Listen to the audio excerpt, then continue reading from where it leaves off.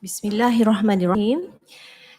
Yang berusaha Profesor Madya Teknologis Dr. Muhammad Khaizir Omar, Timbalan Pengarah Pembangunan Pegawai Akademik PPA Pusat Pembangunan Akademik CADe. Yang berusaha Profesor Madya Dr. Muhammad Najib Jaafar, Fakulti Pengajaran Bahasa Utama, Universiti Sains Islam Malaysia USIM. Yang berusaha Teknologis DJ Iskandar Abdul Aziz, Pengarah Pusat Pembelajaran Digital Universiti Tenaga Nasional Unit 10.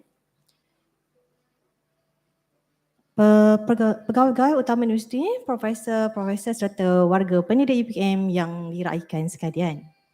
Assalamualaikum warahmatullahi wabarakatuh dan salam sejahtera. Selamat datang ke Pertandingan Amalan Terbaik Inovasi, Pengajaran dan Pembelajaran PDP antara fakulti sekolah Pusat Pengajian tahun 2022. Majlis pada hari ini turut disiarkan di saluran YouTube CADe UPM secara langsung dari Elephantine UPM. Pertandingan ini merupakan acara tahunan sejak tahun 2016 yang diadakan bersempena dengan sambutan Bulan Pendidik pada bulan Oktober. Tajuk program ini, Pusat Pembangunan Akademik CADe, dengan ini mengalu-alukan kehadiran 2 orang panel juri yang dijemput khas untuk mengadili pertandingan pada kali ini, iaitu yang berusaha Profesor Madya Dr. Muhammad Najib Jaafar dari Fakulti Pengajian Bahasa Utama USIM dan yang berusaha Teknologis DJ Iskandar Abdul Aziz, Pengarah Pusat Pembelajaran Digital Universiti Tenaga Nasional Unit 10. Bagi pertandingan kali ini, terdapat 7 penyertaan bagi pertandingan ini yang mewakili fakulti pusat seperti berikut. Pertama, dari Fakulti Sains Pertanian dan Perhutanan UPM Kampus Bintulu dengan tajuk Inovasi Pengajaran berasaskan pendekatan pengalaman dan projek khidmat rekreasi luar. Kedua, Engineering Towards Construction 4.0 with Digital Advancement Laboratory dari Fakulti Kejuruteraan. Ketiga, dengan tajuk Inovasi Sparkle in Peer Assessment, a Speaking Aid for Asper dari Pusat Asasi Sains Pertanian. Seterusnya, dari Fakulti Perubatan dan Sains Kesihatan dengan tajuk Inovasi Enhancing Dietetics Experiential Learning, Taste the Hospital Diet. Kelima, Kepelbagaian Pendekatan Pengajaran dan Pembelajaran Kursus Integriti dan Rasuah dari Fakulti Ekologi Manusia. Seterusnya, Personalizing Computer Science Education Through High-Flex Bicronus Approach dari Fakulti Sains Komputer dan Teknologi Maklumat. Dan dari Fakulti Reka Bentuk dan Seni Bina bertajuk SOLE Methodology 2.0. Maka program pada hari ini kita mulakan dengan sesi taklimat yang akan disampaikan oleh Yang Berusaha Profesor Madya Teknologis Dr. Muhammad Khaizir Omar, Timbalan Pengarah Pembangunan Pegawai Akademik PPA CADe. Dengan ini majlis mempersilakan.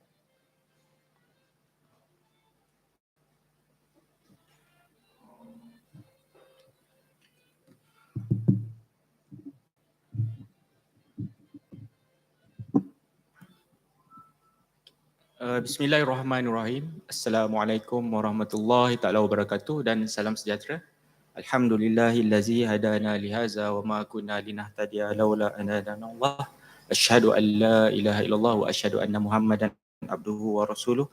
Rabbi shrah li sadri wa yassir li amri wahlul 'uqdatam min lisani yafqahu qawli. Pertama sekali izinkan saya untuk merakamkan ucapan terima kasih kepada peserta yang kita jemput untuk menyertai pertandingan amalan inovasi bagi pengajaran dan pembelajaran di peringkat fakulti. Izinkan saya untuk mengucapkan ribuan terima kasih kepada our distinguished panelists that we have today. We have Professor Madya Dr. Muhammad Najib Jaafar from University Science Malaysia, USIM. Together with Dr. Muhammad Najib, we have Teknologis TJ Iskandar Abdul Aziz daripada Universiti Tenaga Nasional Unit 10. Terima kasih banyak di atas kesediaan menerima jemputan daripada pihak CADe untuk menjuri Pertandingan Amalan Inovasi. Saya ingin merakamkan sekalung penghargaan dan juga menyampaikan ucapan salam daripada Pengarah Pusat Pembangunan Akademik, Profesor Dr. Wan Mazuki Wan Jaafar. Beliau perlu menghadiri satu komitmen yang lain, jadi tidak dapat turut serta pada hari ini. Kepada semua panelis dan juga peserta yang terlibat dalam amalan inovasi fakulti pada hari ini. Jadi izinkan saya untuk berkongsi sedikit maklumat berkaitan dengan taklimat pertandingan amalan inovasi pengajaran dan pembelajaran di bawah pengajuran CADe di bawah bulan pendidik UPM tahun 2022. Jadi we have listed few objectives over there. Kita mengadakan annual event dalam bentuk pertandingan amalan inovasi ini yang kita laksanakan cross faculties all over UPM untuk kita mengiktiraf kecemerlangan pengajaran yang dilaksanakan oleh setiap pensyarah sama ada secara individu dan berkumpulan di fakulti. We would like to bring all those kind of visibilities towards on teaching and learning. That's why kita adakan events. Yang kedua, kita ingin membantu daripada segi meningkatkan pengetahuan dan kemahiran, especially on pedagogical practice, apply in innovative ways dekat fakulti masing-masing, so we can sort of share the good practices at the UPM level. Jadi selain daripada itu, kita ingin menggalakkan pembudayaan penggunaan teknologi dan inovasi dalam pengajaran dan pembelajaran yang dilaksanakan oleh the ideas of good practices teaching and learning that we can share all over UPM. Finally, untuk kita mengenal pasti and we want to vet through potential of our academician untuk kita bawa sebagai calon dalam anugerah fellowship Naib Chancellor AFNC, seterusnya ke peringkat anugerah akademik negara bagi kategori pengajar. So that is our objective center. We would like to pull as many as we can talents that we have, the potential that we have at the UPM level, another level. Jadi yang di sini pertandingan amalan inovasi ini menyediakan satu rewards in the form of monetary lah. So of course everyone loves money. Therefore we will allotted. Jadi for the first runner up kita akan berikan wang tunai sejumlah RM3,000 beserta sijil, dan second runner up we are going to award with RM2,000 beserta sijil.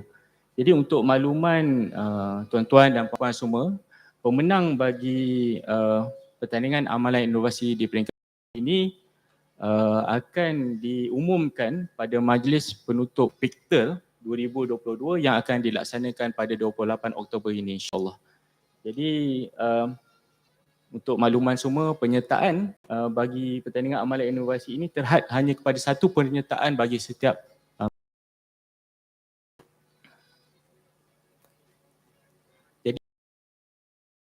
jadi sedikit makluman bahawa acara pertandingan yang kita akan laksanakan hari ini akan melibatkan dua panel juri profesional yang kita jemput, Profesor Madya Dr. Muhammad Najib Jaafar dan juga TSTJ Iskandar Abdul Aziz. Kedua-dua merupakan panelis jemputan yang akan menjuri pertandingan dan juga amalan inovasi yang dilaksanakan di fakulti dan PTJ masing-masing. Jadi ingin saya kongsikan sedikit berkaitan dengan basically a brief schedule, a brief tentative of our Amalan Inovasi events. So kita akan mulakan pertandingan Amalan Inovasi bermula pada jam 10.30 pada pagi ini. So we have plenty of time, about 10 minutes for the brief introductory section. So kita ada 7 penyertaan daripada 7 PTJs yang berbeza di situ. InsyaAllah setiap PTJ akan diperuntukkan sejumlah 20 minit termasuk Q&A session. So hopefully we will be able to this event at 1:20. Dah over the lunch break tu.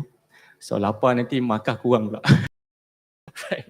So hopefully every faculty members who are going to present their innovative practices will abide as stated on the screen. Untuk saya kongsikan bersama peserta pada hari ini, sort of akan memberikan notification lah. Let's say 15 minutes for the presentation. If you exceed the 15 minutes, we will be sort of tekan loceng. Loceng ada right. Okay. Jelas dan tuntas loceng yang dibunyikan. Dan juga itu yang pertama. Loceng untuk 2 kali. Pula bunyi loceng. Alright. Okay, terima kasih. 2 kali bermakna sudah tamat 20 minit. So that will be it for the presentation timeline. Setiap fakulti diberi kebebasan untuk membentangkan amalan inovasi yang digunakan, sama ada menggunakan slide pembentangan, poster demonstration of the product dan lain-lain, either in bahasa Malaysia ataupun bahasa Inggeris. So the stage is yours over here untuk anda mendemonstrasi amalan inovasi yang anda bentangkan pada hari ini. Jadi it is collaborative works of the faculty members. Feel free to either present it in individually or in a group modes, right? Jadi ini adalah sedikit makluman berkaitan dengan kriteria penilaian. Kita ada 5 kriteria penilaian di situ. Yang pertama, kita melihat kepada originality and inventiveness of the amalan inovasi, allotted of 30%. Yang kedua adalah berkaitan dengan practicality and usefulness.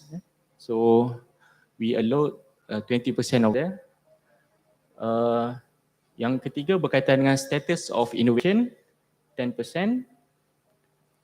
And yang keempat berkaitan dengan contribution to student, to program, faculty and institution, quite an extensive percentage over there, 25%. And finally, melihat daripada aspek presentation and demonstration yang akan dilaksanakan oleh setiap peserta, which will be allotted 15%. So, begitulah sedikit sebanyak taklimat berkaitan dengan acara kita pada hari ini dengan Amalan Inovasi Fakulti. Dan kita harapkan insya-Allah perjalanan Amalan Inovasi Pertandingan kita pada hari ini berjalan dengan lancar dengan izin Allah Subhanahu Wa Taala, dan juga kita doakan yang terbaik untuk semua. Insya-Allah dengan itu saya sudahi dengan wabillahi taufiq wa hidayah. Wassalamualaikum warahmatullahi taala wabarakatuh and all the best. Thank you.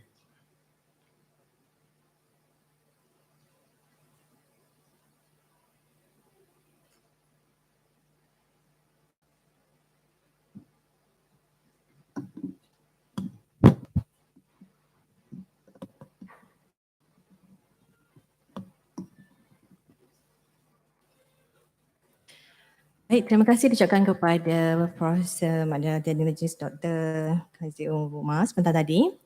Baik, kita akan teruskan program kita pada hari ini dengan menjemput pembentang dari Fakulti Sains Pertanian dan Perhutanan UPM Kampus Bintulu Sarawak dengan tajuk Inovasi Pengajaran Berasaskan Pendekatan Pengalaman dan Projek Khidmat Rekreasi Luar. Dengan ini majlis mempersilakan.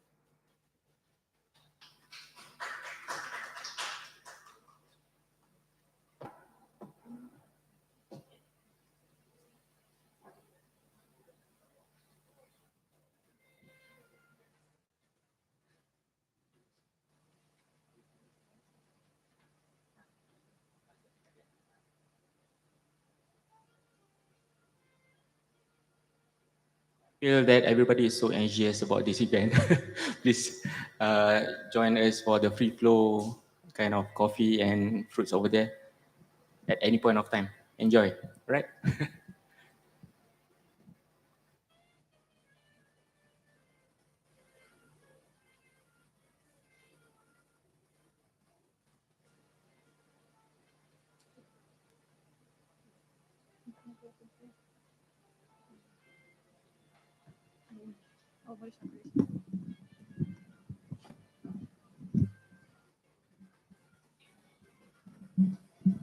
Assalamualaikum, selamat pagi semua. Terima kasih kepada KADe memberi peluang kepada fakulti kami di UPM Campus Bintulu.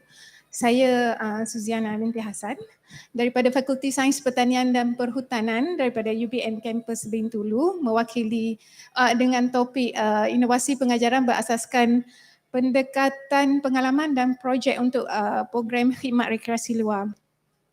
Okey, ini adalah ahli kumpulan kami untuk projek inovasi ini. Yang datang hari ini saya dengan Dr. Nurul saja. Okey, untuk program khidmat rekreasi inovasi ini, di Bintulu fokus kami adalah pengajian diploma and then merupakan fokus utama fakulti untuk melahirkan graduan separa profesional. So untuk diploma, kami fikir pembelajaran secara tradisional dalam bilik darjah agak boleh membosankan pelajar. Jadi inovasi ini untuk memberi pengalaman kepada pelajar secara hands on berada di luar bilik darjah. So dia selain itu inovasi ini untuk mengasah kemahiran dan pengalaman pelajar diploma. So untuk kursus khidmat rekreasi diambil oleh pelajar diploma perhutanan semester 4 and then ini adalah sinopsis kursus kepada program khidmat rekreasi luar. Dalam program khidmat rekreasi luar terdapat beberapa course outcome yang kita fokus adalah daripada segi kognitif, psikomotor dan efektif. Dari segi kognitif adalah dapat pengetahuan dan kemahiran berfikir secara kritikal dan saintifik. And then dari segi psikomotor adalah untuk melatih pelajar lebih mahir berada di lapangan. And then dari segi efektif untuk melatih pelajar in terms of kemahiran berkomunikasi, kemahiran bekerja dalam pasukan dan bersosial serta kemahiran keusahawanan dalam menjana pendapatan. So selain daripada hasil pembelajaran yang dah ditetapkan dalam sinopsis kursus ni, at the same time pelajar mendapat kelebihan dengan pelibatan komuniti, dapat meningkatkan keyakinan dalam diri pelajar serta mendapat pembelajaran di lapangan yang menyeronokkan. Of course kita tahu dalam bilik kelas sedikit membosankan pelajar diploma, and then bila kita bawa ke lapangan dia lebih rasa macam menyeronokkan lah dan dapat hands-on experience. So modul rekreasi yang direka bentuk oleh kami ni adalah daripada kursus khidmat rekreasi luar dan bagi mendedahkan pelajar dengan pengalaman pembelajaran lapangan, dan inovasi ini merangkumi pelaksanaan beberapa tugasan sepanjang kursus 14 minggu. Jadi inovasi dalam modul rekreasi ini merupakan gabungan beberapa amali menjadi satu projek khas supaya kita dapat menjimatkan masa as well, because it's 14 weeks, 14 minggu, banyak amali, so kita compress into one project, so mudah diuruskan oleh pengajar dan at the same time pelajar dapat mempelajari dengan cara lebih berkesan dan memberi lebih impact kepada mereka lah. So dalam inovasi ini dia membentuk persekitaran pembelajaran luar bilik kuliah dan memberi pengalaman hands-on kepada pelajar, dan macam saya cakap tadi dia gabungan beberapa amali and then dan dia lebih memberi impak kepada pelajar. So kaedah pelaksanaan inovasi ini ada dua, satu melalui bilik kuliah, pelajar berada dalam kuliah, dan satu lagi adalah melalui amali. So dalam bilik kuliah biasa untuk memenuhi hasil pembelajaran, dalam bilik kuliah pelajar didedah dengan pengetahuan asas tentang rekreasi luar, basic knowledge, and then akan ditunjukkan video-video dalam kelas, kita tunjuk video-video amalan rekreasi sebelum-sebelum ni yang berada dekat YouTube ataupun any sources yang berkaitan dengan rekreasi lah. And then perbincangan dalam kumpulan, and then student buat latihan secara dalam indoor. Contoh kami akan buat games outdoor tapi kita suruh student buat dulu indoor. Macam mana? Role play kan program tu dulu dalam kelas. And then ada brainstorm between pelajar lah untuk create the project. So dari semasa di lapangan untuk amali, so all these amali akan digabungkan jadi satu projek. So contoh projek tersebut adalah permainan luar untuk khidmat rekreasi, ada kayak, ada abseiling, ada flying fox dan ada kaedah pemandu pelancong. And then selepas buat program kita akan buat laporan dan postmortem projek. Biasa pelajar akan hantar dekat Putra Blast. And then semasa amali akan ada assessment daripada pengajar lah, guna rubrik yang dibentuk untuk mencapai course outcome. And then at the end kita juga mendapatkan maklum balas daripada pelajar macam mana they think and they feel about the program yang kita buat. Adakah student tu dapat cukup pengetahuan, adakah dia rasa communication skill dia improve. So kita akan dapatkan feedback dari pelajar at the end of the semester lah, before week 14 tu. Okay, so this is pendekatan untuk projek. Pertama sekali perbincangan dalam bilik kuliah. Kita akan buat perbincangan dalam bilik kuliah dan student akan perlu memahami konsep projek. Bila kita tunjuk video yang previous projek apa semua, so student perlu understand lah konsep projek tu, and then perbincangan dalam kumpulan.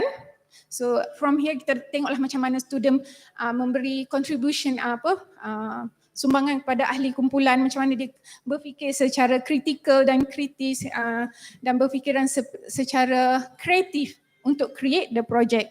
So ada juga latihan kemahiran amali, ia biasanya diberi demo atau taklimat oleh pembantu kelas yang berkemahiran lah dalam abseiling, flying fox. Kita ada train staff yang pergi khusus untuk laksanakan amali, flying fox dan abseiling. So seterusnya pelajar akan membentuk projek berdasarkan amali yang kita rancang. And then seterusnya ada penyediaan projek. So penyediaan projek ni pelajar akan buat iklan, proposal untuk projek yang akan nak dilaksanakan dan penyediaan bahan-bahan untuk projek. Biasa bahan untuk projek pelajar akan buat permohonan kepada jabatan-jabatan tertentu untuk pinjam bahan lah. And then seterusnya pelaksanaan projek di lapangan. And then last kali pembentangan projek, student akan buat laporan dan postmortem untuk program rekreasi. Ini contoh hasil kerja pelajar. Pertama sekali student hantar proposal ataupun manual untuk projek. Diminta untuk buat manual macam mana nak buat game outdoor, macam mana nak buat game pertandingan rekreasi untuk community, siapakah dia punya potential participant. So student akan buat proposal. So this is contoh advertisement yang dibuat oleh pelajar untuk program rekreasi yang dikatakan dapat menjana pendapatan kerana setiap kali student buat games rekreasi, dia akan charge, ada hargalah siapa nak involve to the program. Contoh macam flying fox dekat sini dia charge RM3. So maksudnya komuniti luar yang dijemput ataupun pelajar dalam UPM kampus Bintulu sendiri daripada kos-kos lain yang nak join, dia kena bayar sejumlah bayaran yang ditetapkan lah untuk program rekreasi. And then student akan advertise dekat Instagram, dekat Facebook, WhatsApp, apa semua. And then selain daripada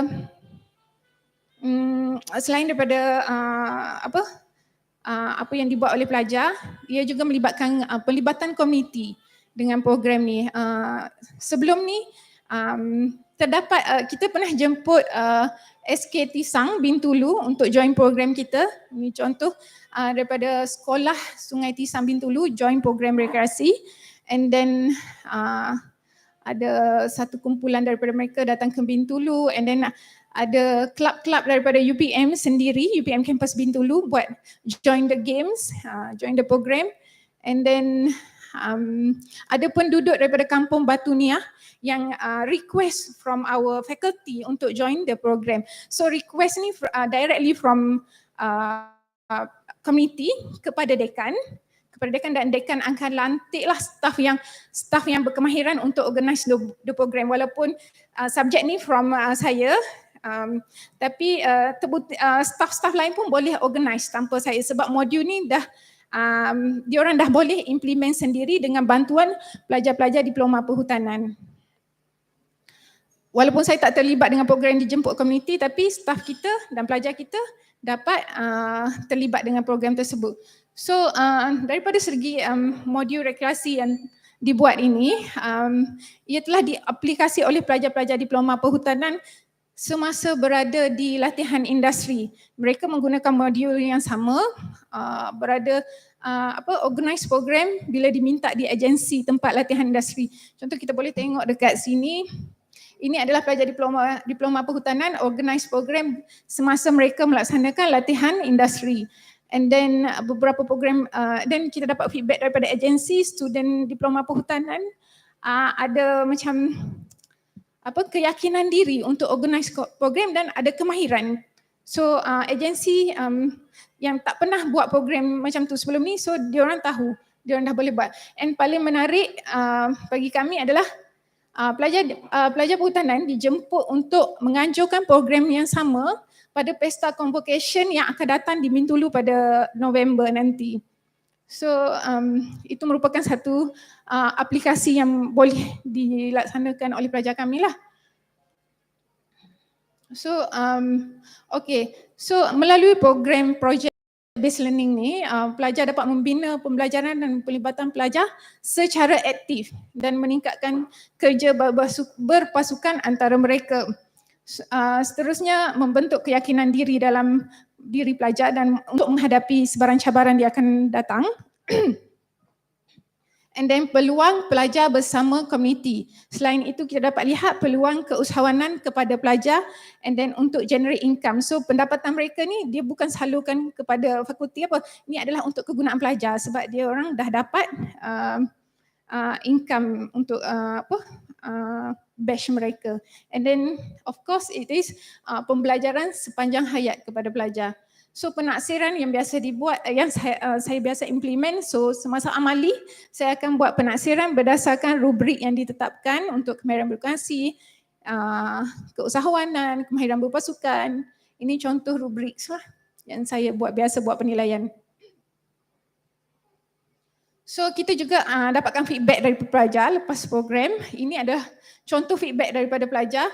So pelajar lebih kritikal dan kreatif melaksanakan program, mempunyai kerjasama dan komunikasi antara kumpulan dan dapat menyelesaikan masalah dalam kumpulan dan dapat meningkatkan kaedah pengurusan dan melihat peluang keusahawanan. So based on survey, 80% of 80% pelajar setuju sehingga sangat setuju dengan statement-statement yang diberi. Contohnya dapat bekerja dalam pasukan, dapat menyediakan modul dengan baik, and then pembelajaran yang lebih berkesan melalui PBL, lebih menyeronokkan dan meningkatkan pengetahuan mereka. Untuk impact kepada program, kita dapat lihat pencapaian hasil pembelajaran dari segi kognitif, psikomotor dan efektif. So daripada segi universiti, visibility kepada universiti, student post the video dekat YouTube and then dekat Putra Blast, and then course ni juga ada dah accepted untuk Putra MOOC, and then ada di open education resource, and then impact melalui jaringan komuniti. Seterusnya dia menjadi rujukan kepada masyarakat dan perkongsian ilmu kepada masyarakat awam yang minta program kita dilaksanakan dekat kampung-kampung mereka. So saya tunjuk sedikit video feedback daripada pelajar secara ringkas.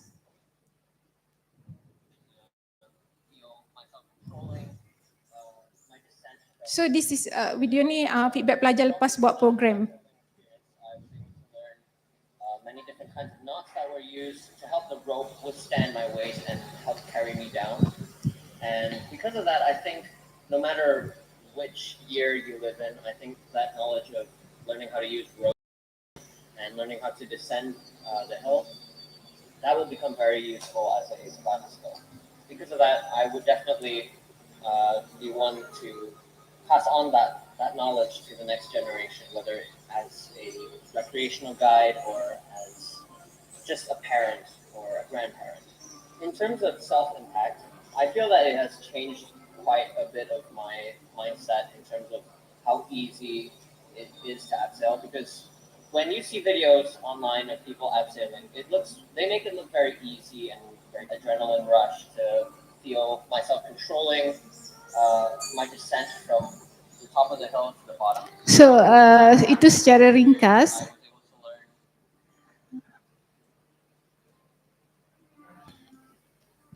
So keunikan program ni adalah pendedahan teori dan amali kepada pelajar dan program khidmat rekreasi kepada pelajar dan komuniti dan memberi pengalaman bukan sahaja kepada pengajar, kepada staf sokongan yang melaksanakan program dan juga kepada pelajar itu sendiri. Dan of course pembelajaran sepanjang hayat dan penjanaan pendapatan kepada pelajar. Secara kesimpulannya, ada kemajuan dalam inovasi ini dan pilihan pembelajaran yang pelbagai kepada pelajar bukan sahaja dalam bilik kuliah tapi berada dekat on field and then hands-on experience dan merangsang deria pembelajaran pelajar dan pembelajaran sepanjang hayat serta meningkatkan etika dan profesionalisme pelajar. Dan menyediakan pelbagai alternatif kepada penaksiran bukan sahaja ujian dan kuis tapi juga melalui kerja di lapangan. So saya rasa itu saja daripada saya. Terima kasih.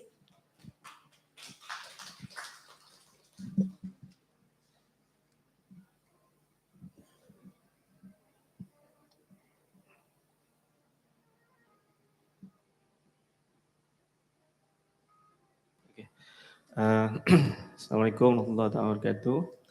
Terima kasih diberikan kepada Dr. Suziana dari kampus Bintulu, Sarawak. Jauh kan? Baik, terlebih dahulu tanya kerana mewakili fakulti untuk PICTL ni. Saya ingin mengajukan soalan tentang apakah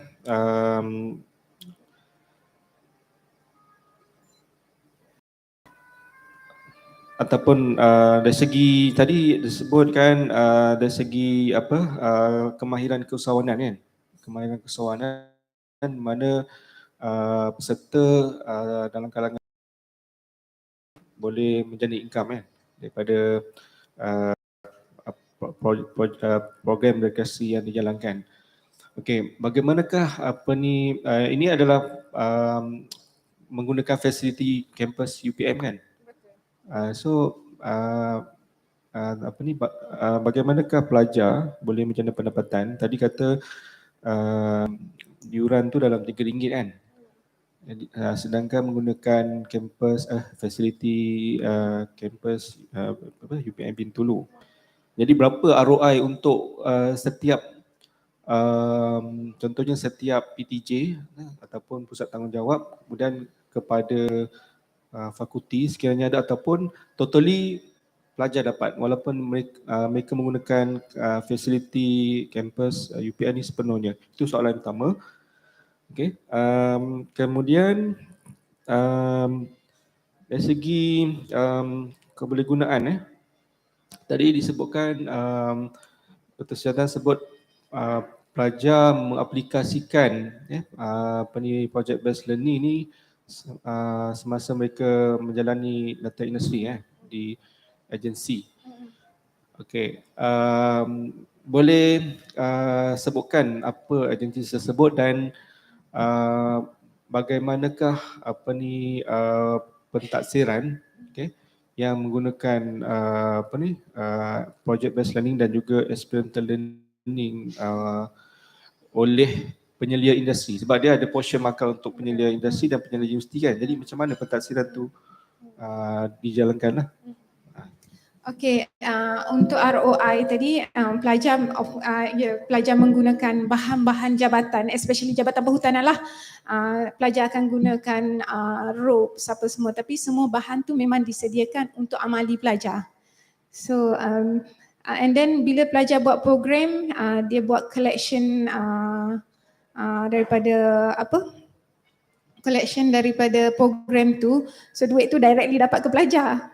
Basically kepada jabatan tak dapat tiada apa-apa pulangan so far kalau pinjam peralatan jabatan. So far penggunaan kawasan fakulti, so return kepada fakulti tu belum ada lah. So mungkin in future fakulti ataupun jabatan boleh create satu ni lah. Maksudnya tak ada business model lagi lah untuk itu yang saya cakap mungkin belum ada business model. Mungkin in future kami boleh cadangkan kepada jabatan atau fakulti untuk business model ni lah.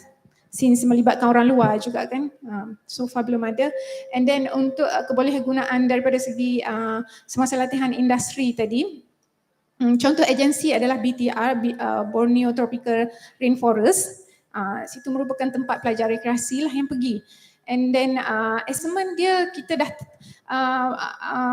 ada satu borang yang memang ditetapkan oleh fakulti. Borang tu dibagi kepada agensi untuk menilai pelajar. So pemermakahan daripada situlah, and then pelajar akan bentangkan lepas habis LI tu dia balik ke jabatan, dia akan bentangkan lah. So assessment tu direct kepada jabatan. And then feedback daripada latihan industri pun kepada jabatan, dan kita tahu benda tu bila kita go through the report lah, kita tahu feedback daripada. And then contoh macam BTR pun dia boleh guna modul macam tu, dia tak pernah guna sebelum ni, tak pernah guna games yang student buat. So bila student kita pergi sana, dia ambil the module untuk guna pakai di tempat mereka lah. Okay dok, saya nak tanya sikit ni. Yeah. Berapa lama kursus ni telah ditawarkan? Kursus ni khidmat rekreasi memang dah lama dalam diploma perhutanan. Cuma start saya mengajar 2017 lah, 2017. So plus minus 5 years now. 5 years. Bila inovasi ni diperkenalkan? So start 2017 based on the rancangan pengajaran yang telah ditetapkan tu. 2017 saya dah start buat all the games. Dah start buat. So tapi sebab kita belum fikir sampai nak masuk pertandingan ke apa.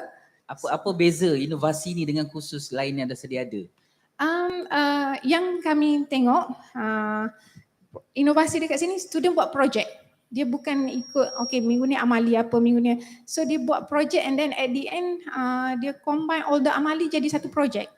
And then dia melibatkan community. So untuk amali lain di Bintulu untuk diploma dia tak melibatkan community lain. Dia biasa dalam kampus saja. Kita panggil community lain.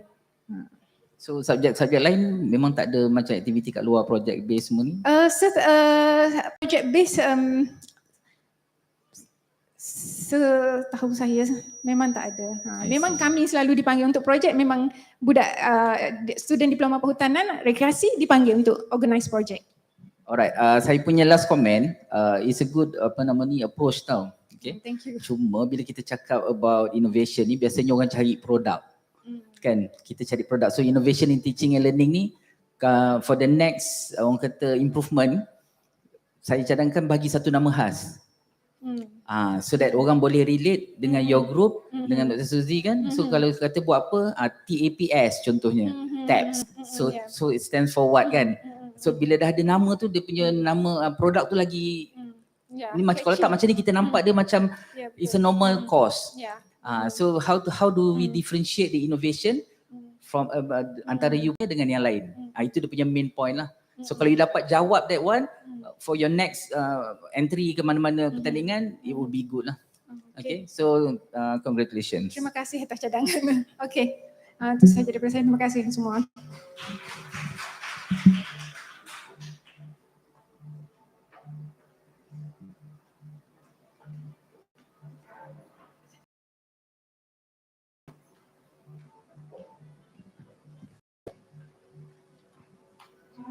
Baik, Dr. Suziana, wakil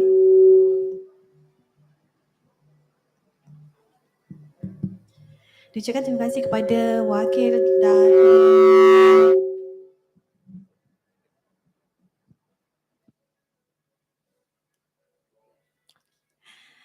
Baik, terima kasih ucapkan kepada Dr. Suziana Hassan, wakil dari UPMKB atas pembentangan Amalan Terbaik Inovasi sebentar tadi.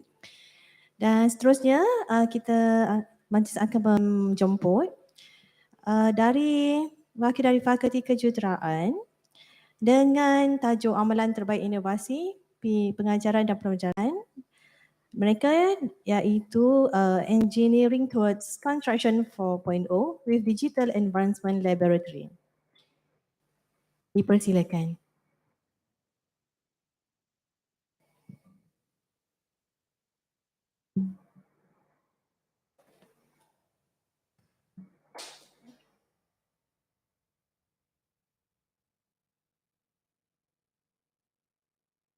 Kami set up sekejap.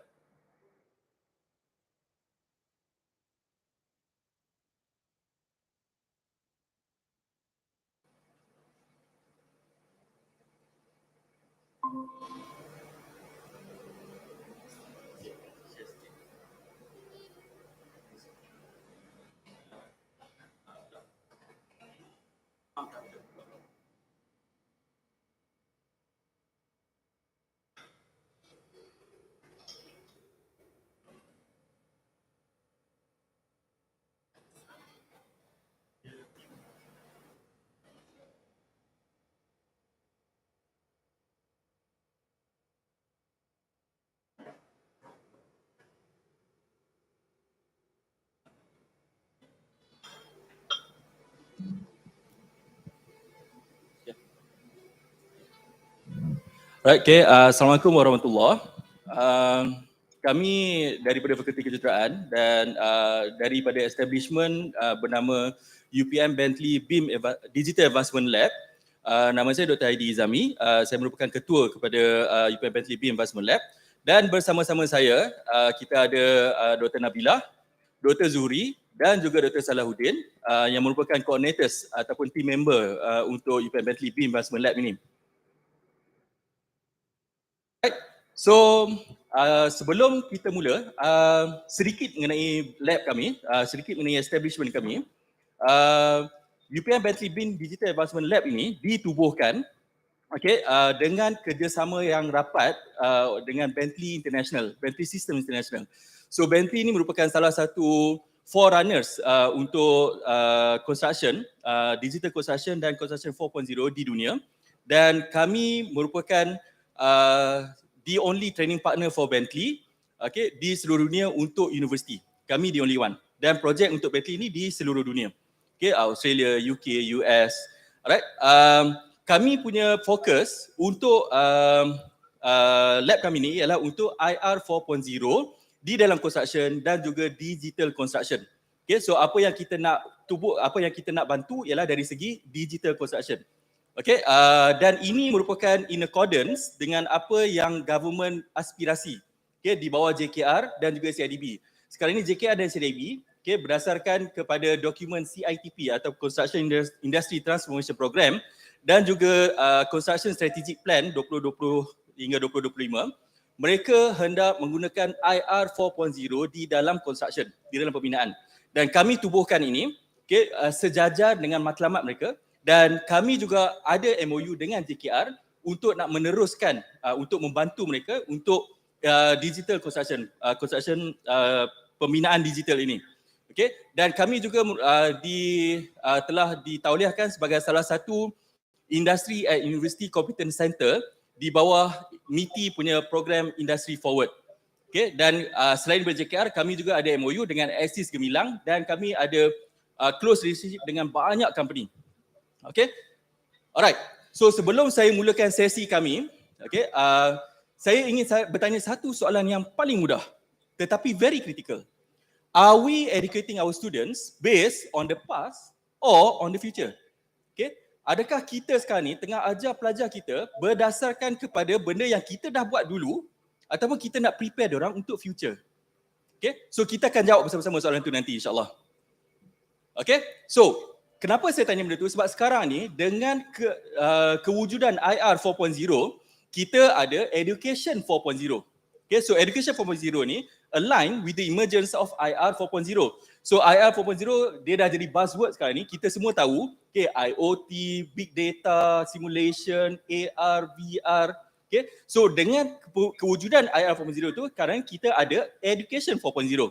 Okay, dia fokus on smart technology, okay, artificial intelligence dan juga peranti-peranti smart. Okay, dan berdasarkan kajian, higher education needs to embrace to produce successful graduate. Kalau kita masih lagi menggunakan teknik yang lama, okay, pelajar kita akan keluar, dia akan menggunakan konsep yang lama. Okay, dia tak akan dapat embrace teknologi-teknologi yang baru ini. Okay, dan banyak di negara-negara luar, okay, penggunaan Education 4.0 di dalam engineering education ini, dia masukkan part of curriculum, okay, and utilizing this technology for better university experience and career options. Okay, dan untuk makluman semua, ini penggunaan Education 4.0 ini termaktub di dalam PEO kami yang nombor 3. Okay, Program Educational Objective, iaitu capable to work in advanced design and development at national and international level. Okay, so advanced design, national, international level. Alright. Okay, so apakah masalah yang selalu dihadapi oleh pelajar-pelajar civil, pelajar-pelajar engineering? Pertama, mismatch in supply and demand. Okay, so kita produce graduate, tetapi skill yang graduate tu ada tidak mencukupi, tidak tidak satisfy apa requirement daripada industri. Okay, so itu satu. Kedua, lack of exposure. Pelajar kami hanya dapat 10 minggu internship. Okay, so 10 minggu tu tak cukup untuk exposure. Okay, dan kami di pesara-pesara pun kami banyak bergantung kepada literature. Okay, kita kurang interaksi dengan companies, dengan industri. Okay, nombor 3, visualization. Ini sequence saya nak tunjuk. Kalau tuan-tuan dapat tengok, ini ialah salah satu typical frame structure untuk rumah 3 tingkat. Okay, kita ada structure, kita ada column, kita ada beam, kita ada slab. Simple. Okay, kalau kita nampak simple. Tetapi apa yang terjadi sekarang berdasarkan kepada teknologi yang lepas, Education 3.0, okay, pelajar perlu keluarkan ini. Okay, pelajar perlu keluarkan 2D punya drawing. Okay, dan 2D drawing ni kalau kita tengok, susah kita nak jumpa mana kolom dia, mana beam dia, mana slab dia. Berapa saiz kolom, berapa saiz beam, berapa saiz slab. Okay, dan ini merupakan salah satu isu yang agak besar, okay, di mana seasoned engineer pun kadang-kadang dia termiss. Okay, dan disebabkan oleh visualization problem ini, okay, berdasarkan pengalaman kami dapat lihat ada setengah pelajar yang dia punya motivation dia lacking sebab dia tak faham, dia tak nampak. Okay, sebab kajian telah menunjukkan budak-budak sekarang, okay, dia lebih selesa dengan 3D, dia tak selesa dengan 2D. Tapi kita berdasarkan pada konsep yang lepas, kita paksa dia orang untuk guna 2D. Okay, untuk come out dengan 3D. Okay, dan last kali challenge dia ialah rise of technologies. So kalau kita dapat tengok sekarang ni, kita ada banyak universiti teknikal yang keluar. Okay, universiti teknikal focusing on technology. Okay, sebab teknologi IR 4.0 ni di-capture, di-embrace oleh teknologi sini. Okay, untuk kami engineer, okay, tak berapa fokus sangat on this. Okay, so disebabkan itu kita engineering ni agak ketinggalan dalam arena IR 4.0 ini. Okay, next. Alright, so apa yang kami come up, apa yang kami innovate untuk kita challenge, untuk kita solve challenges yang kita ada tadi. Sebenarnya tadi tu bukan challenges, dia problem, tetapi kita lebih suka menggunakan perkataan challenge. Okay, pertama, kita tahu lack of exposure tu di antara pelajar dengan industri dan juga staff dengan industri, okay, memang ada. So apa kita buat ialah kita create satu industry academic partnership yang kukuh, okay, bersama Bentley. Okay, yang ni satu tricky question, satu tricky punya situation. Okay, kalau berdasarkan kepada kami punya survey, okay, kebanyakan company, okay, dia selesa menggunakan teknologi yang lama. Okay, so bila dia selesa menggunakan teknologi yang lama, dia tak rasa macam dia perlu guna teknologi yang baru. Okay, kebanyakan daripada berdasarkan pemerhatian, ada setengah collaboration yang dijalankan oleh entiti di dalam UPM ialah bersama dengan company jenis ini. So kalau company dari sini, kita punya collaboration tu takkan maju ke depan. Kita akan masih lagi takut lama. So menyedari benda tu, kami dapat banyak offer untuk collaboration dan kami pilih Bentley System. Sebab Bentley System ni dia memang ke depan. Okay, dia ada satu wing khas untuk education dan dia memang menuju ke digital construction. Okay, nombor 2, usage of industry based LMS. Okay, melalui partnership kami, okay, oleh sebab kami training partner kepada Bentley, so kami bersama dengan pelajar ada akses ke learning management system dia sendiri. Okay. Okay, so ini ialah contohnya. Okay, so kami ada akses di mana semua content di dalam learning management system oleh Bentley boleh diakses freely oleh kami dan juga pelajar. Okay, bila saya masukkan content, bermaksud software, okay, yang download free downloadable oleh semua pelajar, okay, content, training dan juga konten-konten daripada industri. So Bentley sekarang ni dia menggunakan konsep dia share apa dia punya pengalaman, okay, experience dia dalam construction di luar dan kami boleh akses. Bukan hanya kami, pelajar juga boleh akses. Okay, so semasa PKP, mengikut pengalaman kami, semasa PKP di mana pelajar tak boleh masuk ke lab, tak boleh masuk ke UPM. Okay, so banyak pensyarah masa itu menghadapi masalah sebab software hanya di lab. Kami tak ada masalah itu sebab kami ada software yang boleh di-download oleh semua pelajar. Boleh digunakan semua pelajar di rumah dia masing-masing. Okay, so dia seolah-olah bertindak seperti satu universiti maya di mana pelajar boleh masuk universiti itu dan dia boleh go through semua dia punya content dan juga software. Ketiga ialah model simulation based learning. Okay, so kita faham, kita tahu visualization tu ialah salah satu masalah utama untuk pelajar. So apa kita buat ialah kita masukkan elemen 3D sebelum ke 2D. Okay, so pelajar tahun 1 kita dedahkan dengan model ni. So ini ialah model yang telah pelajar kami create semasa assignment. So ini ialah salah satu model untuk grocery store. Okay, dia develop sendiri, okay, dan dia submit sebagai assignment. Okay, so melalui ini kami dapat nampak motivation dia lebih sebab dia nampak.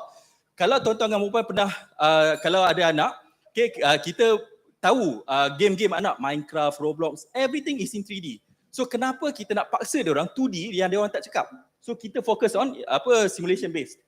Nombor 3 ialah virtual reality. Okay, saya akan sebut augmented reality dulu.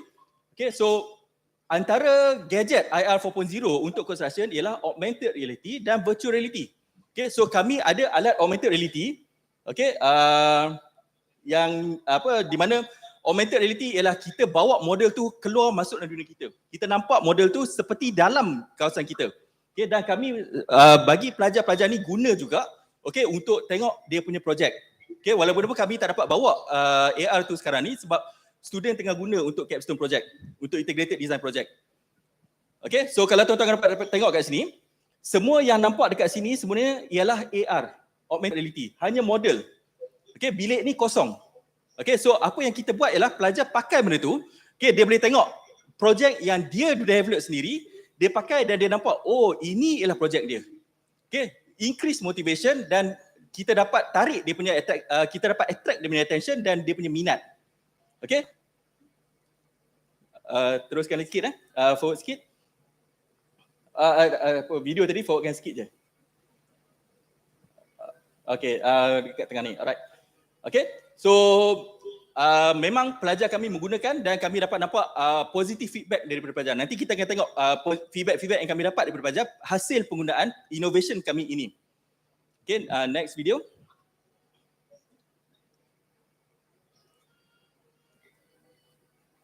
Okay, so ini adalah salah satu lagi contoh penggunaan augmented reality.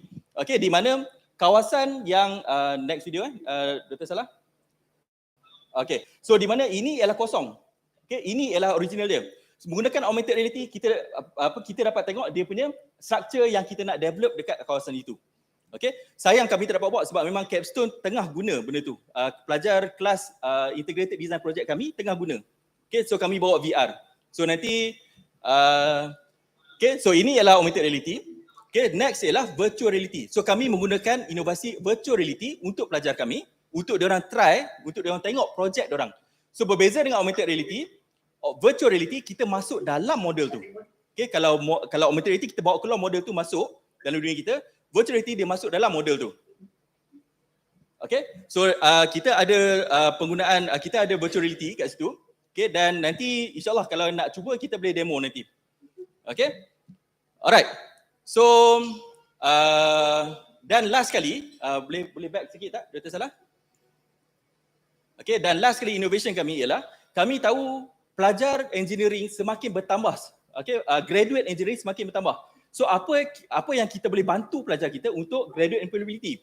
So kami ada satu sistem micro credentials yang kami buat bersama dengan Bentley. So setiap pelajar kami yang telah habis kursus yang penting, kursus BIM contohnya, okay, kita akan apply sijil khas kepada setiap pelajar kepada Bentley, di mana sijil berkenaan akan design oleh VP Bentley sendiri. Okay, dan hasil daripada micro credentials ini, okay, kita dapati ada pelajar-pelajar kami yang telah dapat kerja di luar, di Singapura, di China ada. Okay, nanti saya akan tunjukkan. Alright, so kita sebut pasal innovation sana, innovation sini. So macam mana kita apply? Macam mana kita apply dalam projek kita, dalam kelas kita? Okay, so back sikit. Dr. Salah, back. Okay, alright. So kita apply. Saya ambil satu contoh. Okay, kita apply dalam banyak kursus kami. Tapi kami apply satu contoh iaitu Building Information Modeling for Engineers. Okay, subject code ECV 3713. So apa yang kami guna? Okay, kita gunakan simulation based 3D. So sekarang ni kita tak sebut pasal 2D, kita sebut pasal 3D. Kalau you nak 2D, daripada 3D kita create 2D kita. Kita tak paksa pelajar kita tengok 2D lagi dah. Okay. Kemudian kita gunakan AR dan VR, okay, untuk immersive experience of the group project. So setiap group come out dengan project, okay, dia buat dia punya model rumah, ada model bangunan. Okay, kemudian kita bagi peluang kepada dia orang untuk pakai AR dan VR untuk tengok creation dia orang. Dia dapat tengok creation apa yang dia telah create dalam group project. Okay. Okay, kemudian kita in term of micro credentials, kita dapati setiap pelajar berkenaan, kita telah beri dia peluang untuk dapatkan sijil, dan berdasarkan itu kita dapati kata dia boleh mendapat kerja yang sesuai. Selain itu, macam telah saya terangkan tadi, kita ada sistem LMS di mana pelajar kita dah tak perlu fokus on the software lagi dah. Okay, kita hanya beritahu you go to this LMS, okay, certain part follow, dan melalui follow itu dia dapat develop AR dan VR ini. Dia dapat develop model yang kita nak. Kita sebagai pensyarah, kita dah tak perlu fokus on that. Kita fokus on the application part. Okay. Okay, so ini ialah antara feedback yang telah kami dapat daripada students. Okay, berdasarkan daripada feedback, kami dapati kata dia orang sangat suka konten yang telah kita buat. Okay, dan kami dapati juga kata dia orang ada seorang tu message beritahu kata dia dapat kerja di Singapura sebagai BIM modeler. Okay. Dan seorang tu beritahu dia dapat kerja di Ecom. Ecom tu merupakan salah satu international company dekat Malaysia. Okay. Sebab dia kata sewaktu interview, dia punya interviewer tu sangat impressed dengan dia punya skill yang dia ada untuk software ni. Skill tu bukan kami ajar, skill tu daripada LMS system. Okay. Dan berdasarkan kami juga ada tengok in term of saya just nak tunjukkan juga daripada kami punya teaching survey. Okay, kami dapati memang comments daripada pelajar ialah berdasarkan kepada konten. Konten tu dia sangat suka. Okay, next.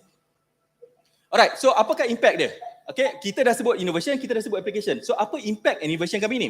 Okay, first, immersive learning experience through AR, VR and simulation based. Okay, kita dapati mereka lebih tertarik, kita dapat immerse diorang dalam projek diorang, okay, dalam civil engineering, critical knowledge and skills for global employability and future career. Okay, so kita bagi dia orang skill dan knowledge, bukan kita bagi berdasarkan academic industry partnership tadi tu. Okay, integrated curriculum with Bentley System International. So sekarang kita tahu Bentley dia dah guna benda ni dah 10-20 tahun dah. So kita dapat tap kepada dia punya knowledge, kepada dia punya content, dan kita improve kita punya curriculum.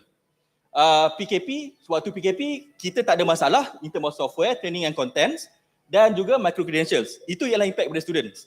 Impact pada organisation pula, kita produce local and internationally competent graduates selaras dengan PEO 3 kami tadi. Okay, kami produce local and internationally competent graduates. Nombor 2, in term of visibility, disebabkan keberadaan UPM Bentley BIM Advancement Lab kami ini, Okay, sekarang ni bila kita buat program, okay, kita buat talk, memang kami ada buat banyak webinar dan talk, dan kami punya participants memang international, daripada Qatar, daripada US ada, daripada Philippines, memang join. So visibility organisation, UPM, faculty adalah lebih tinggi. Spurt ada lab industry collab like the NI Systems Lab, MISA Aerospace Lab and others. Okay, basically di Faculty Engineering, bila kita tengok kita boleh buat, department lain pun buat benda yang sama. Okay, kita dapat spur lab industry collaboration. Dan last one, a step towards implementing a proper cyber physical system, IR 4.0 in engineering. Okay, so ini salah satu langkah kecil untuk kita nak apply IR 4.0 dalam construction di Malaysia. Okay, just nak maklumkan, dekat luar, dekat US, dekat UK, dekat Australia, benda ni memang dah di-apply. JKR starting daripada 2020, dia dah mula apply dan kita bantu dari segi itu. Okay, so saya nak tanya balik tadi, soalan kita yang tadi tu, are we educating our students based on the past or on the future? Okay, berdasarkan inovasi yang telah kami buat, okay, iaitu industry academic partnership, based education, virtual reality, augmented reality, ini telah berusaha sedaya upaya untuk kita nak prepare pelajar-pelajar kami, okay, dengan future, okay, mana IR 4.0 ni akan datang. Okay, kita dah readykan dia untuk future, kita dah readykan dia untuk employability dan seterusnya untuk dia punya career later on. Okay, so soalan saya ialah kami sudah, anda sudah ke? Kita cuba sama-sama. Alright, so demikian sesi kami. Alhamdulillah cukup 16 minit. Okay, so Q&A session. So kalau ada apa-apa soalan, saya dan juga coordinator lab boleh bantu boleh jawab, insyaAllah.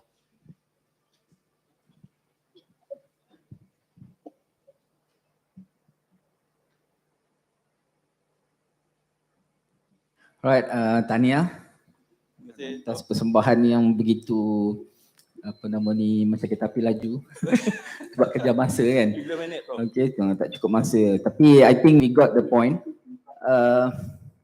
How do you simplify everything dalam satu ayat? What is actually your innovation? Sebab ada banyak ni tadi. Saya tengok ni ada banyak. Kalau boleh pecah kan, berapa ramai orang boleh curi ni, sebab dia ada AR, VR tu semua dah satu innovation yang bagus kan. So bila you combine AR, VR, simulation lab based and so on kan, so how do you simplify? What is actually your innovation? Our innovation, okay, kalau kita boleh simplify, sebenarnya simple.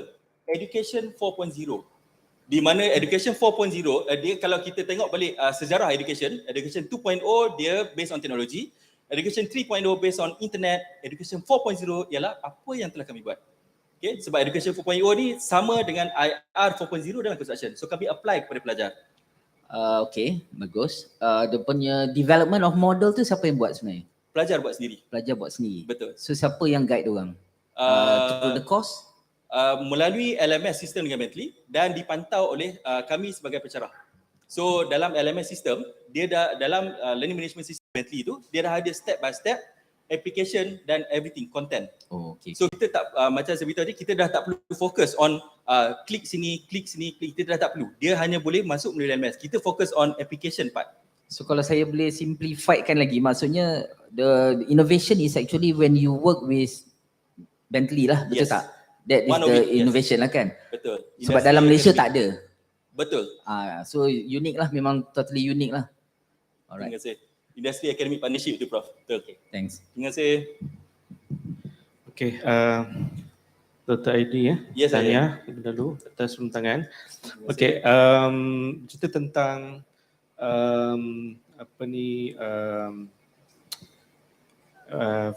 are you ready or not dari segi kurikulum. Saya rasa mungkin Dr. Aidi mungkin boleh jelaskan dari segi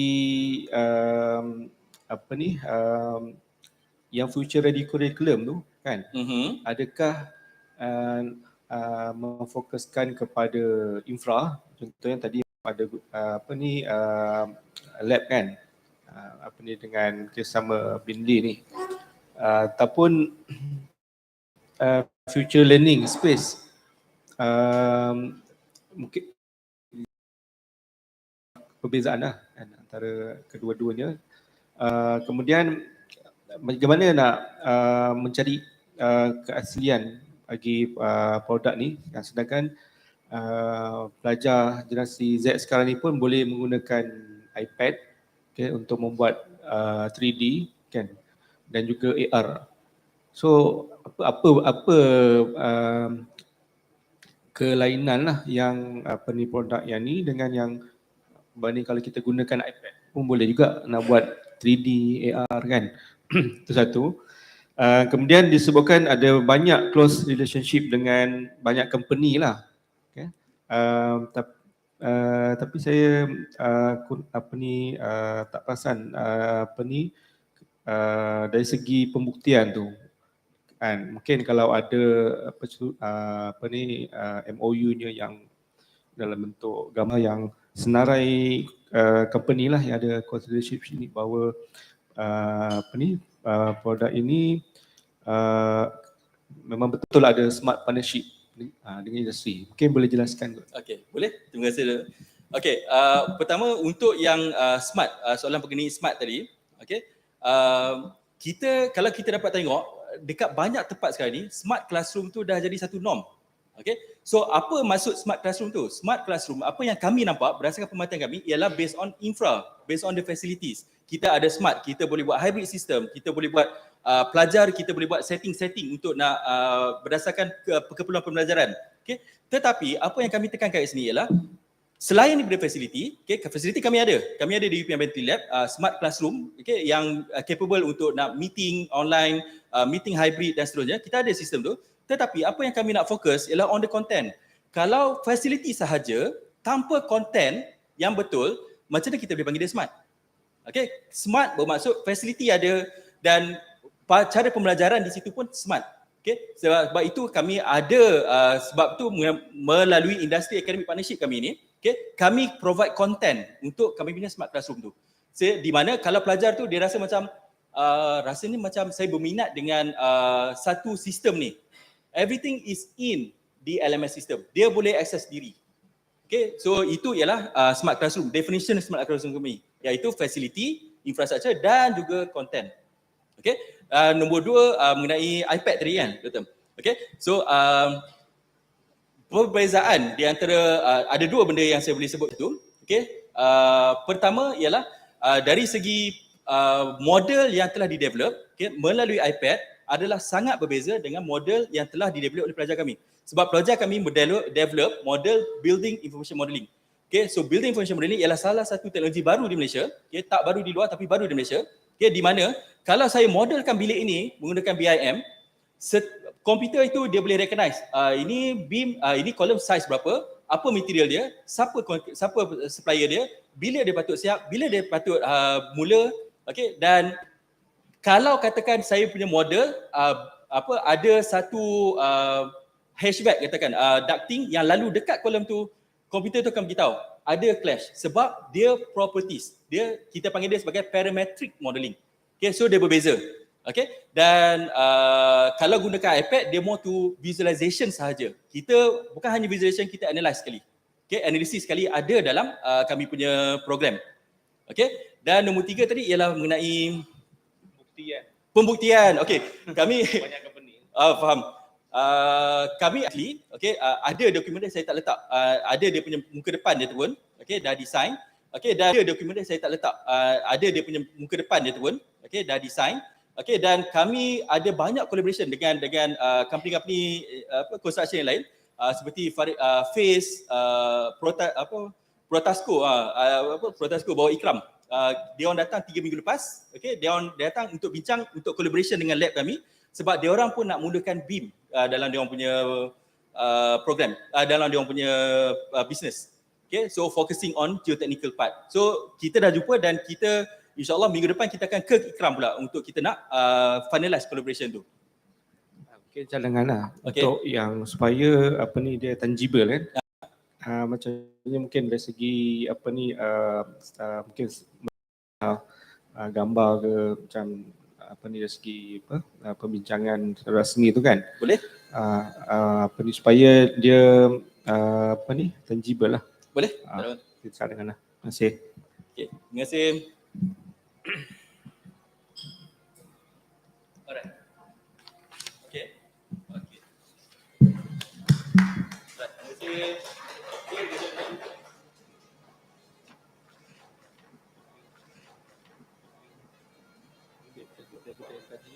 Oh, definitely. Sebab dia banyak sangat kan tu ada ALV, hallucination semua kan. Cumanya actually dia ambil daripada luar je. Dia cuma apply. Kan? It's not really yang betul original lah. Tapi effect wise everything semua of course bagus. Sebab it's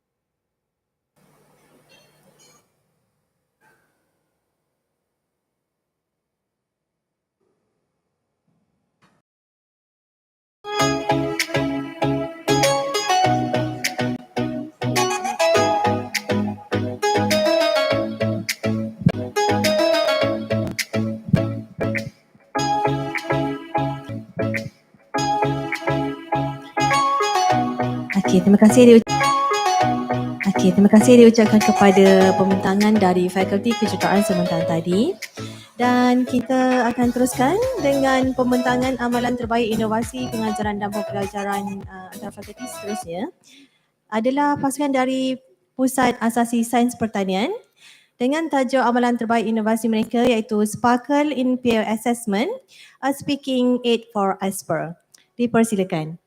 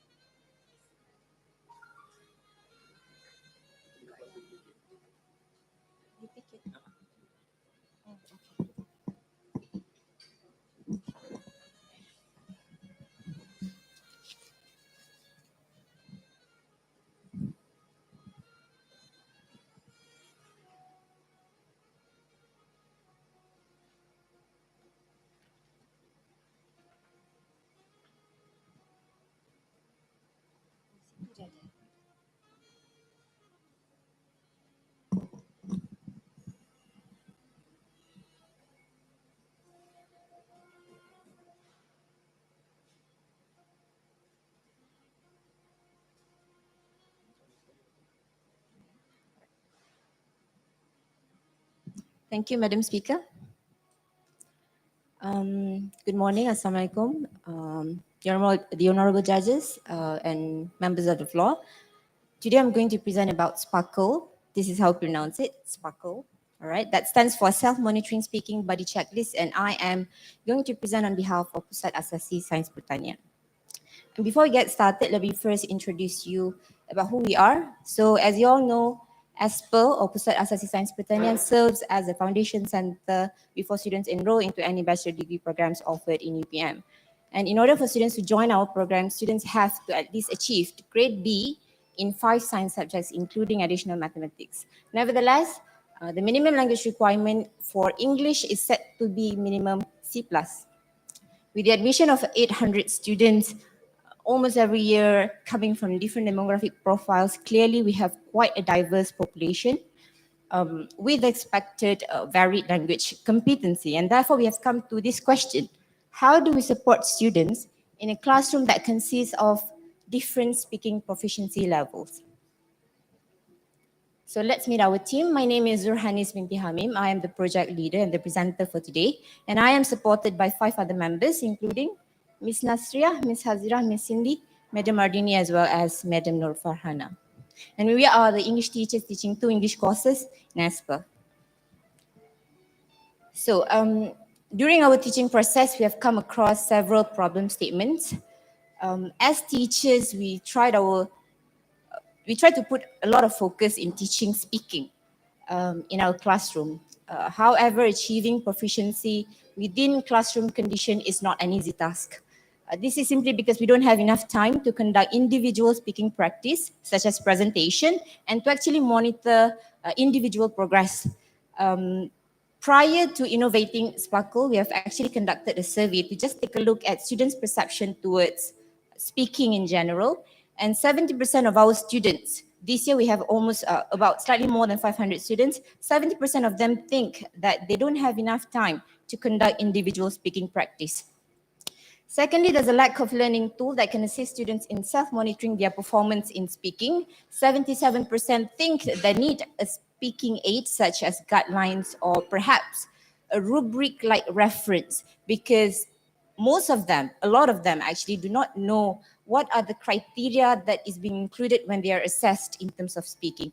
And thirdly, time and again, we have come across the issue of motivation, in which students are reluctant to speak in class, specifically speaking in English in class. 72% feels that they felt forced to be doing individual presentation, and 60% prefer working with friends in speaking activities.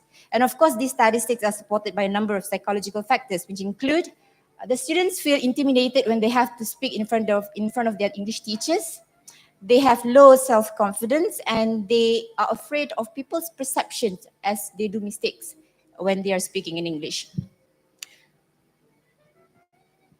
All right, our innovation is based on student-centered learning approach, in which we shift the focus of instruction from teachers to students. Basically, in our context, students will use Sparkle for any learning, for any speaking practice, and collaborate with their buddy, okay, within an environment that they are comfortable in at any time and anywhere. Now, let me introduce you to our innovation, which is Sparkle.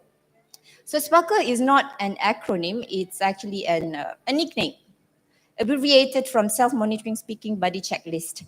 So it's a peer assessment tool that can be used for any speaking practice inside classroom or outside of classroom. So it is built with 2 components. The first is table of descriptions, and number 2 is buddy checklist. So these 2 components have been developed following the Common European Framework for Languages, or famously known as CIFA. So for those who might not know what CIFA stands for, CIFA is actually an international standard to describe language abilities. So it provides a thorough descriptions in terms of what language learners, specifically second language learners, can do in terms of speaking, reading, writing, as well as learning according to different proficiency level. So in Malaysia,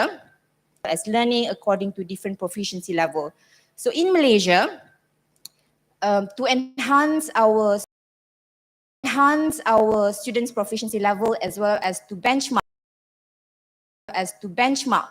our students against international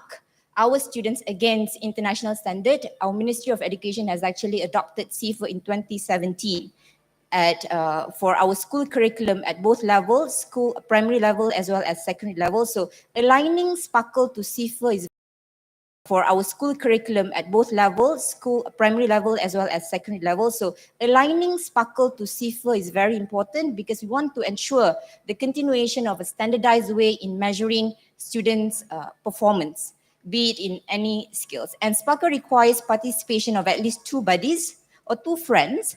So each buddy will take turn to be a speaker and listener, or essentially the evaluator during any speaking activity that they conduct. Now let me introduce, which is a table of discussion. So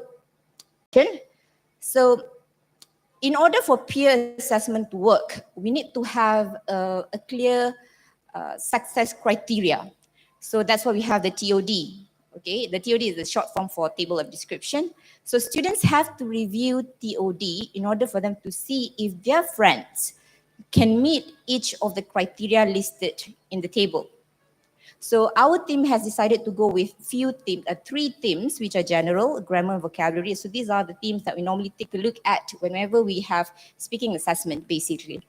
So under each theme, there are a few descriptions which are further divided into three subcategories. And these three subcategories are color-coded to actually indicate different proficiency levels. So students will go through the TOD, and once they understand the TOD, they are ready to be using the buddy checklist. So this is item number 2, the buddy checklist. So as you can see, the buddy checklist is actually designed in a way that it follows the color coding system in the table of descriptions. So what students have to do is they have to tick their buddy's language abilities following each descriptor, and the descriptor in the buddy checklist actually follow each descriptions in the TOD. It's just that we have come up with appropriate keywords because we cannot transfer each descriptions in the TOD. It's just that we have come up with appropriate keywords because we cannot transfer all of the statements into the buddy checklist. After they are done ticking all the boxes, actually the checklist will generate results at the bottom, as you can see. Okay, from the results, students can actually identify their buddy, whether they are basic user of a language, elementary user of a language, or independent user of a language, or even a proficient user of a language. And as you can see on the right column, we have the comment section in which students can actually write their input, personal comment, or feedback that can be shared later during the reflection stage. Okay, getting results is one thing, but as they scroll down all the way to the bottom of the checklist, as you can see on the screen, there's a pre-packaged feedback. So this pre-packaged feedback is actually generated according to the results that the students get. So the pre-packaged feedback will let them know the areas that they are good in, the areas that they need to improve in, and that is for their better improvement next time. So let's say if they belong to elementary level, so we are going to suggest in the pre-packaged feedback what are the things that they have to do in order for them to move on to the next level, which is independent level. For them to move on to the next level, which is independent level. So that is item number 2, which is the buddy checklist. In order for us to be able to make a substantiated claim that Sparkle is somewhat aligned to CIFA, we actually went through these 5 stages that have been endorsed by CIFA. So at familiarization stage, we actually went to a workshop, a CIFA workshop, and we went through series of specific discussion to make sure everybody in the team has a common understanding about CIFA and a common understanding about the innovation that we are working on.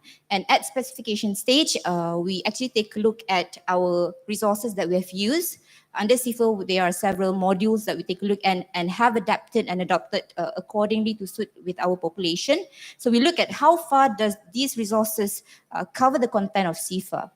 At standardization or benchmarking, we actually went through a process to make sure that whatever that we have come up with, for example, the features, the statements, the descriptions, actually reflect on the CIFA levels, because under CIFA we have multiple levels here to indicate different proficiency level from A1 all the way until C2.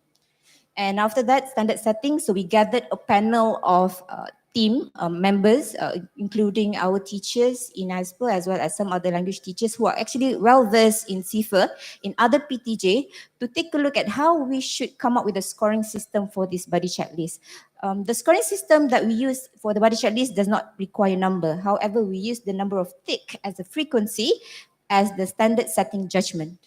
And at validation stage, it's actually a stage where we gather all reportings from the 4 stages that we went through earlier. So how do we improve? First of all, of course, everybody is going to go through introduction stage where teacher will introduce Sparkle to students in class. So this is when the teacher will have to make sure that all students really understand each of the descriptions provided in Sparkle. And once they are ready to use the Sparkle, they will go through practice stage. any speaking practice that they wish to use. So buddy 1 will begin any speaking task, and concurrently buddy 2 is going to evaluate buddy 1 using the buddy checklist digitally. I forgot to mention earlier that our buddy checklist comes in a form of interactive Excel format. So therefore it can be shared and downloaded on any digital devices such as computers, tabs or phones, and on Android or iOS, so it's easy for students to use. So after they are done evaluating, buddy 2 is going to share the results and the pre-packaged feedback to buddy 1, and once they are done, they will swap their roles. So buddy 2 is going to be the speaker and buddy 1 will take turn to be the evaluator, and repeat practice, evaluation and feedback stages. And after both of them done with their speaking practice, it's time to reflect on their performance and plan on how to improve basically their performance. And this is actually when a teacher can take part in the reflection stage. All right, using Sparkle more intentionally in the classroom and outside of classroom has brought a number of impacts. Number one, as we allow students to actually assess, to be an assessor or evaluator, we allow them to see or to look at their performance from a different lens. And it helps students to be a realistic judge of their own performance. And the fact that we have included a discussion aspect at reflection stage, students are now able to see what their friends did well in and use whatever that they've learned to improve themselves. Secondly, it promotes student-centered learning approach because we empower students to take charge of their learning process and to actually value the learning process. Third, it increases students' motivation to be more engaged and participative in speaking activity. And most importantly is to let students learn that whatever speaking practice that they do, whether in class or independently, is actually a meaningful activity. It's not simply another task that needs to be completed for the sake of assessment. So these are the 6 stages that we have suggested earlier. Again, introduction, number 1. Second, again, introduction, number 1. Second is the practice. Third, evaluation. Fourth is the feedback stage. Fifth is the switch stage, and last one is the reflection stage. We managed to do a pilot run of Sparkle on a group of students, specifically 26 students, few weeks back. And here are some snippets from our simulation, first simulation.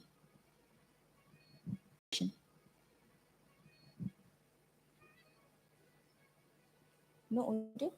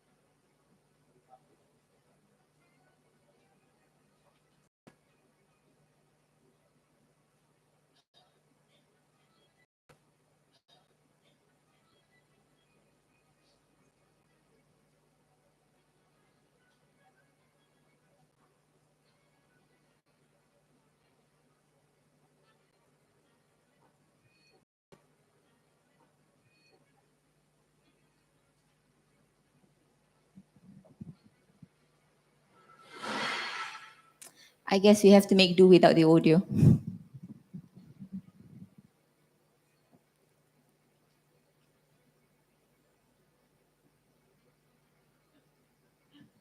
That's fine, right, judges? I know, right?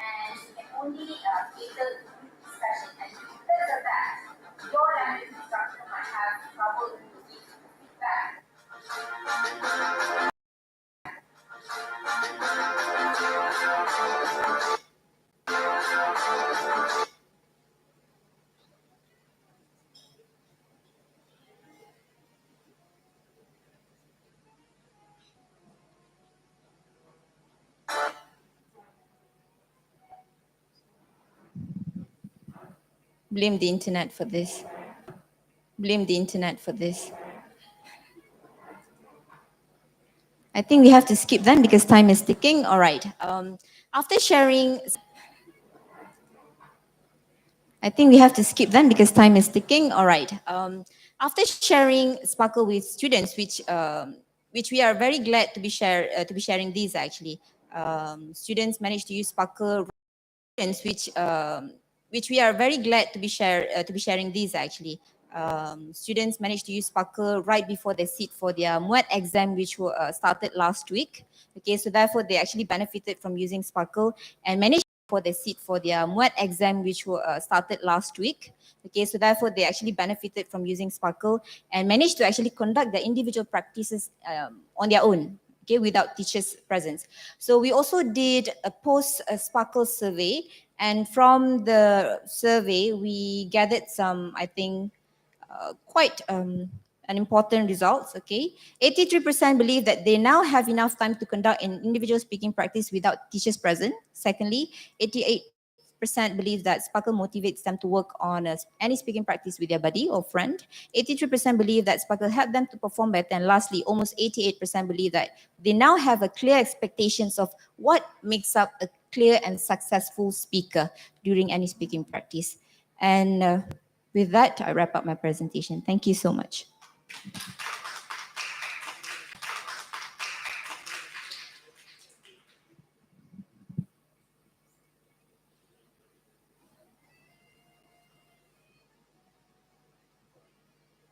All right, thank you. So ASPER ni stands for what actually? Sesi Sains Pertandingan. Oh, okay. So It's the your innovation ni, when do you start doing it? Or is just relatively new or? It's relatively new. It's not even 2 months old. Okay. But we have had this idea of developing a peer assessment tool since we started teaching, basically. But it's just that to be honest, the competition helps us to speed up the process. So what's your future planning?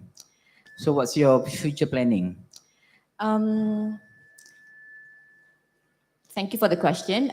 We actually have shared this with ASPER students. But I would say our Sparkle has the potential to be shared with other language teachers in another PTJ, which is CALC, Pusat Bahasa. We are English teachers, but stationed in Pusat Asasi. And we are now, we developed Sparkle within our very small team, small unit. And the fact that now we are ready with it, we can share it with other language teachers. And the language teachers in CALC can now use this Sparkle for all students around, literally for all faculties who are going to go through any English courses offered at CALC.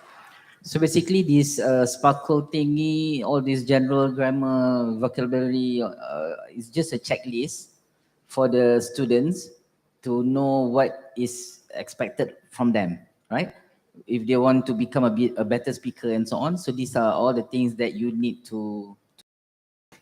It first describes speakers' abilities. By looking at the color coding system, they would get an impression of what could be better if they want to be in, let's say, the green boxes, because the green boxes, as you can see, indicate proficient level, proficient user of a language. The middle one, the yellow, indicates independent level. Generally, our students in UPM, I would say that they belong to the yellow level, the yellow box. So if they want to perform better, they have to take a look at the green box and look at how the difference in terms of language abilities in the green box compared to the yellow box. Same goes for if you belong to the pink box, how do you want to go to the yellow box? So that is how we play along with the table of descriptions. Okay, one last question. Since it's peer-based, right? How authentic or genuine the results? I mean, in terms of bias, student fooling around, taking whatever they wanted to. So how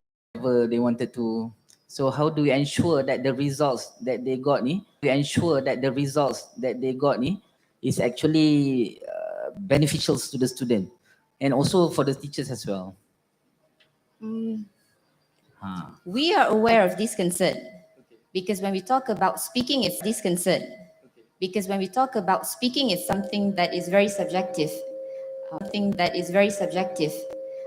Not all students are actually capable of being an evaluator. They have to learn, and they may take quite some time to actually learn how to be a competitive or an effective evaluator. So this is when the teacher plays their role. So a teacher needs to first educate them in terms of look at the realistic goals. They need to let the students know if they are actually ready to be an evaluator, and the fact that Sparkle is flexible, it's fluid. So if let's say they form a pair, okay, buddy 1 and buddy 2, so buddy 1 is going to speak first, buddy 2 is going to be an evaluator. It doesn't have to be buddy 1 will have to evaluate buddy 2. We can have another buddy number 3, to be another evaluator, or perhaps we can have 2 buddies evaluating buddy 1, so that we can take a middle ground, average from both judgments from both speakers. And of course, at the reflection stage, when the students are going to review the outcomes from buddy checklist, teacher can actually be there to actually reflect whether the outcomes really indicate students' real performance, because at the end, teacher knows better than the student. So this is when we can always reflect and discuss on students' performance. That's how we plan. So reflection is very important. Yes, reflection is very important. It's not one way, it's actually still 2 ways, even though we claim that it's student-centered approach. All right, thank you so much. Okay, one question. Sorry. One question. Sorry. How did you do the constructive alignment for this kind of activity, Sparkle? Did you align with the assessment weightage in a course? Or and how do you line the Zephyr? Which level? Sparkle is which level? Okay. Under CIFA, we have 6 levels, A1, A2, B1, B2, C1, and C2. The color that we have there, we have 3 actually. So we sort of merge A1, for example. Yeah, we have a green color. Sorry, the bottom one is pink, if I'm not mistaken. Let me just show here. But I guess that will do. Okay.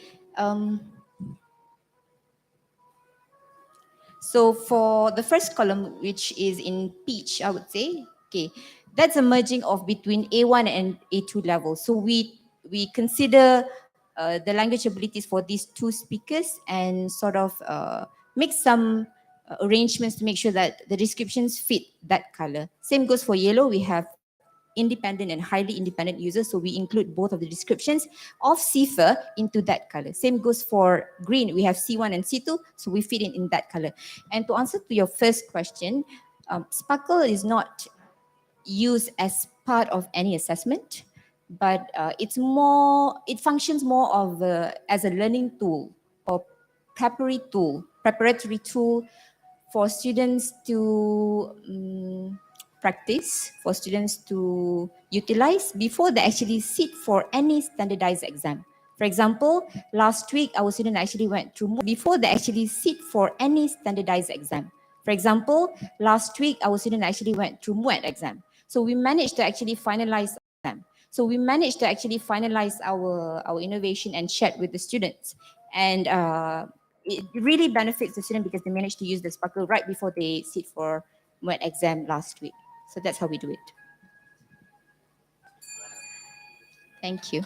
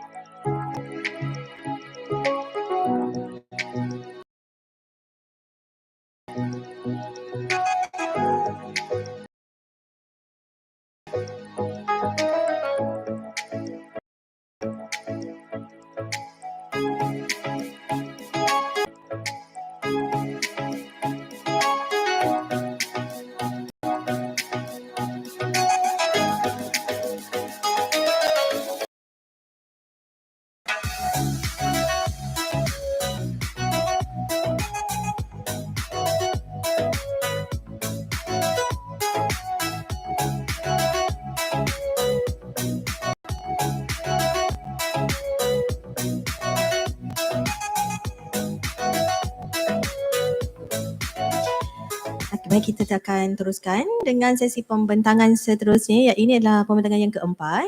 Pembentangan ini adalah dari Wakil Fakulti Perubatan dan Sains Kesihatan, diterajui oleh Dr. Noraida Omar dengan tajuk inovasi mereka iaitu Enhancing Dietetics Experiential Learning Taste the Hospital Diet.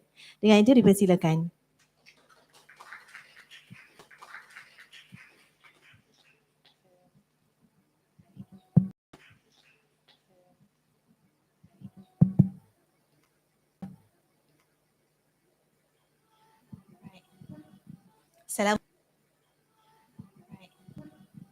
Assalamualaikum warahmatullahi wabarakatuh. Yeah. I'm Dr. Noraida Omar from Department of Dietetics. I'm dietitian as well as senior lecturer, Department of Dietetic, Faculty of Medicine and Health Sciences. So today I'm very excited to share with you one of the innovation that I did with my students last semester. I name it as Enhancing Dietetic Experiential Learning Taste the Hospital Diet. So as a dietitian, one of our job scope is to provide nutritious care to the patient, and one of the competency level of dietitian is able to prescribe the appropriate hospital diet to the patient. Okay, so this is the hospital diet. This is the hospital diet. Okay. And then one of the competency is for the student to master and also understand the okay. And then one of the competency is for the student to master and also understand the various type of the hospital diet, because in one hospital there are various type of the hospital diet. So this is the innovation that we do. So this is the new course, name it as the introduction of the hospital. The new course, name it as the introduction of the hospital services. 3 hours practical. It's not the lecture based services.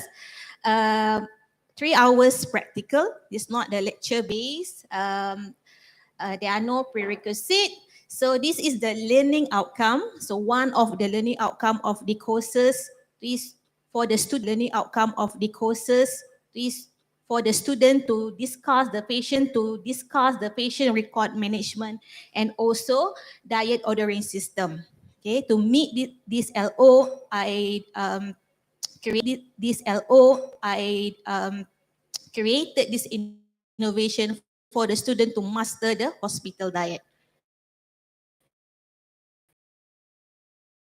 Is parked under group assessment 2.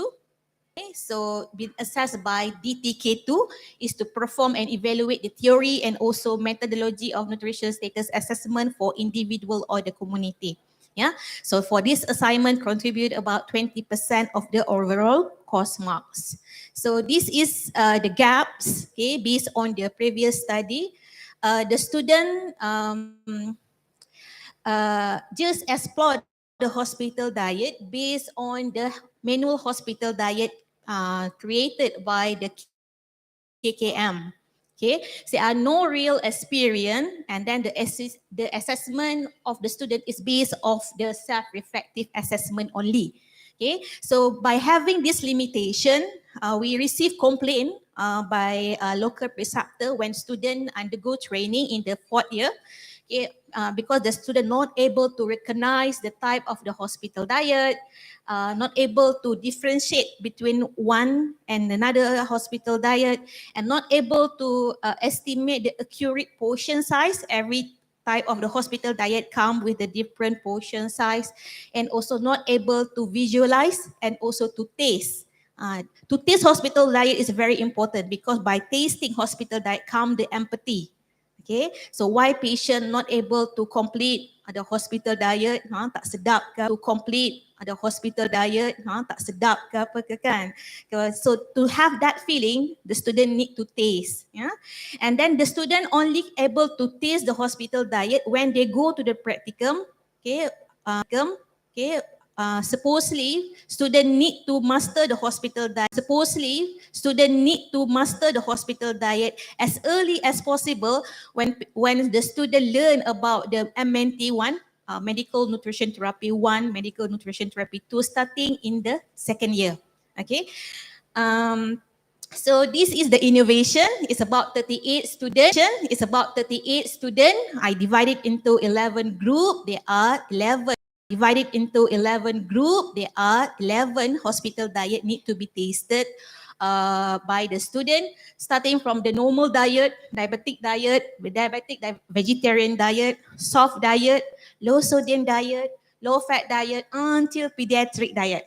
Okay, imagine they have various hospital diet. The student actually need to master what actually the differences. So this is the picture. Yeah, this is the from the first hand from the student that conducting this assignment.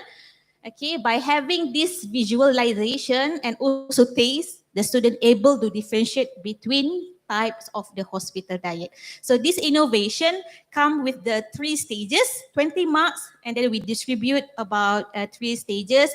In the first stage, the student need to test, do the food taste test, do the food tasting of the therapeutic meal, and then the task of the student is to self-experience hospital diet using the sensory analysis of the hospital diet form, yeah, and also to conduct one hospital diet form, yeah, and also to conduct one of the job scope because dietitian involved in the overall nutrition care of the patient and also able to meet dietitian to verify the process.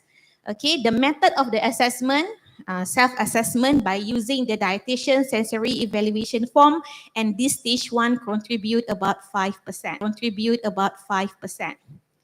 Okay, so yeah, tasted one hospital diet per group.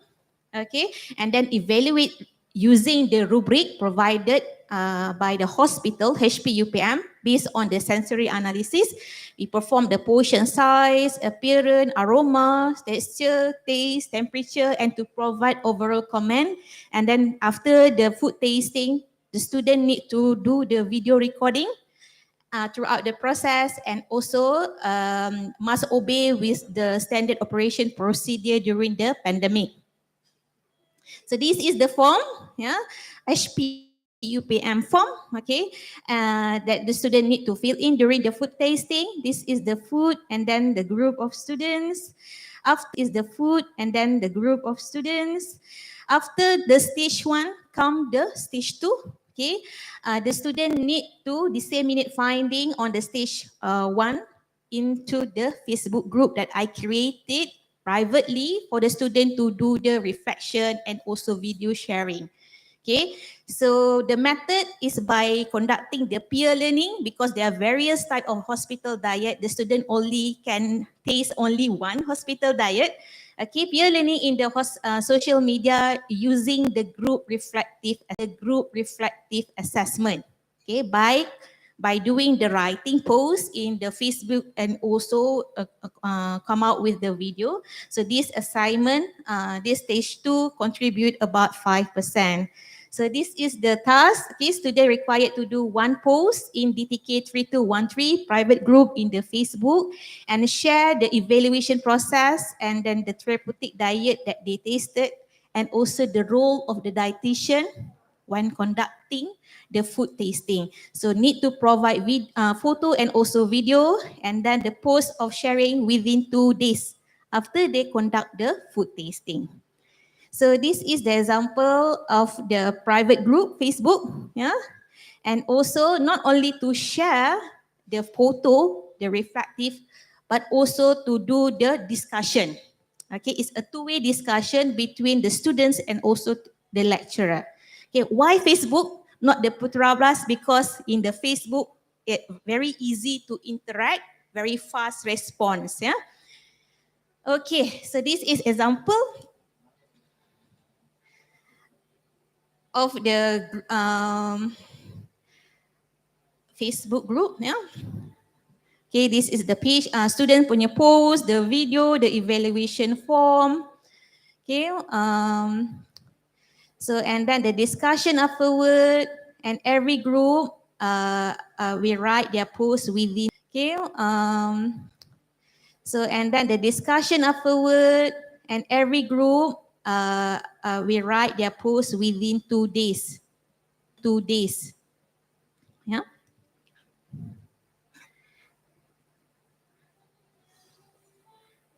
Okay.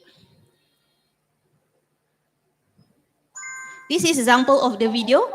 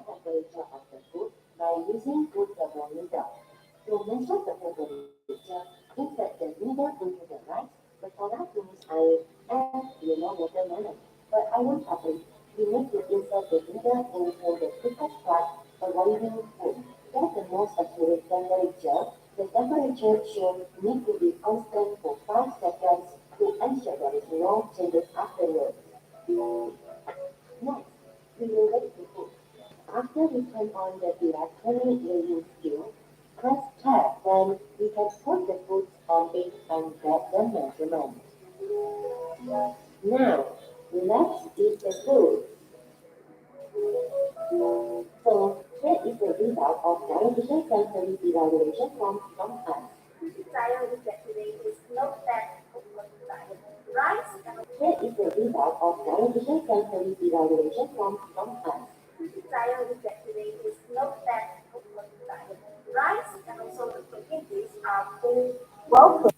And also this, I really like the protein dish, which is the ayam paprik, because the ayam paprik consists of a lot of vegetables, which include the carrots, cauliflowers, and also tomatoes, which makes it rich in colors, textures, and makes it more appealing for us to eat. The vegetables is undercooked and have mild taste. This is the least favorite dish among our group members. While the fruit served is watermelon, and it is sweet and fresh. The favorite dish among our group members. While the fruit served is watermelon, and it is sweet and fresh. The group member and I measure the temperature of fruit, and and we weigh all the fruit accordingly. Then we record it in the form of fruit. Overall, it is a good experience that we experience as a dietitian in the hospital. And we also understand the importance to serve a standard portion for meal in hospital. That's all from us. Thank you, Dr. Aida, Catering Officer and Duty Dietitian, for giving us this chance to experience food tasting in HPUCM.